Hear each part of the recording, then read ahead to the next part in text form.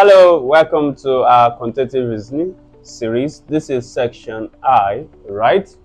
And in this section, we have these samples to analyze. Let's do the analysis. All right, so we're looking for the relationship between the numbers, right? We want to see how they connect, how they relate in terms of just basic operations, addition, subtraction, multiplication, and division. All right, so let's see. Here we have 2, 2, 3, 1, and 8. Okay, and here also we have 2, 2, 14, 4, 6. Here we do not have any repeated digits number. So, and like I said, for proper analysis, you should look out for the one without the repeated number.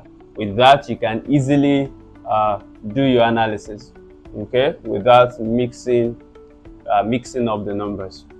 Okay, so let's just look at it. What's the relationship?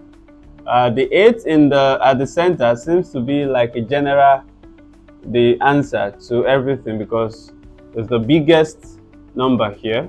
14 is the biggest here. 55 is the biggest. All right. So with these, shows that we might need to work round the numbers and then get this final answer. So how do we combine the numbers? That's what we're looking for. So how do I combine these numbers? And usually the combination goes vertical and horizontal. All right. In rare cases, it could also go this way, diagonally. All right, where you have to operate this and this, and then operate this and this. So let's see what we can do. So for 8, if I add 1 plus 2, 3, 3 plus 2, 5, and then 5 plus 3, that's 8. But I might need to confirm that with the other samples. Let's do quickly confirm. 2 plus 2 is 4. 4 plus 4 is 8. And 8 plus 6 is 14. Simple addition, all right? It works for the two samples. So let's see if it would work here. You have 3 plus 7, 10. And then 10 plus 21 is 31. 31 plus 24. 31 plus 24 is 55. Oh, this is sweet. So this is just simple addition, right? We've seen it. All right, so we just add everything. And that's why you should, when you're doing your analysis, don't start with complex analysis. Start with the simple basic operation. You might just have something like this, okay? So simple addition, we have repeated digits here, so I'm going to use this one. So that's 3 plus 7 plus 21 plus 24 and all equals to 55. So you know how we do this. To find any of these components, you add the other ones together and subtract from 55. As simple as that.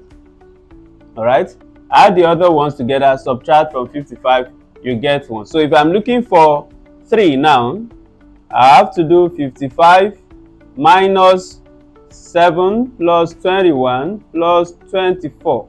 All right, so I add 7 plus 21 plus 24, and then whatever I get from there, I subtract from 55, and that will give me 3. So the same thing would work for every other component. Add everything together, subtract from the central answer, and then you have the answer. You have the what? Your components. Okay, so that's it. For the analysis, I think it's simple enough for us. So let's go over to the exercise. All right, now to the exercise. We have numbers 32 through 36. So in number 32, we have one of the components of the addition missing, right? Remember from our analysis, you are to add everything together to get the central number. So, and then when we are looking for one of the components, we say we add other components together and then subtract from the central number. So let's do that. So I'm going to add 180 plus 186. All right, so that will be 6, right? 8 plus 8 is 16, and then that will be 366. Then I add my 30. You could do the addition once and for all, but I like to split it for easy view. So I have 396. We have to subtract that from the total number. So we'll do 402 minus 396. All right. So we have 12 minus 6, 6, 9 minus 9 is 0, and then 3 minus 3 is 0. So our final answer is 6. All right. You can reconfirm that by putting 6 here, then add everything together. Okay. So if you put 6 here, you could add everything together to see if you have 402. Okay, so 6 plus 186 should be 192. 192 plus 30, that should be 222, right? 222. And if you add 180 to that, you should have 402. Okay, so the answer here is 6. All right, number 33. One of the components of the addition is missing again, right? So we add everything together and subtract from the total. So 2 plus 1 is 3. 3 plus 2, 5. And then 9 minus 5 is 4. So the answer is 4. So we can check. 4 plus 2 is 6. 6 plus 1, 7. 7 plus 2, 9. Checked. Okay? And here we are looking for the total. We already know that we are adding everything together. So you do 10 plus 10 plus 100 plus 110. So 10 plus 10 is 20. 20 plus 100 is 120. And 120 plus 110, that's 230. So the final answer is 230. Please always do it to double check your calculation and do it as fast as possible.